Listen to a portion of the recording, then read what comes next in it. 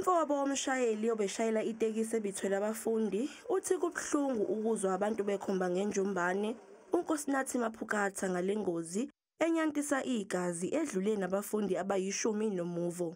Khona le batho ba blame uNkosinathi and all this. Kunabantu abalokhu bebeka uNkosinathi icala ngale ngozi. Thina siyamazi uNkosinathi ubesengumshayeli isikhathi eside futhi ethenjwa abantu abaningi. EFS.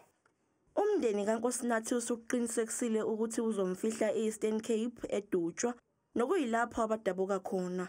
Kanti umchaze njengomuntu obenakekela futhi enothando. Nkosinathi nele muthu wabathu, muthu anaratega. uNkosinathi ubengumuntu wabantu, ubethandeka, ehlonipha futhi sinakekela kakhulu la ekhaya njengomkhwenyana wethu.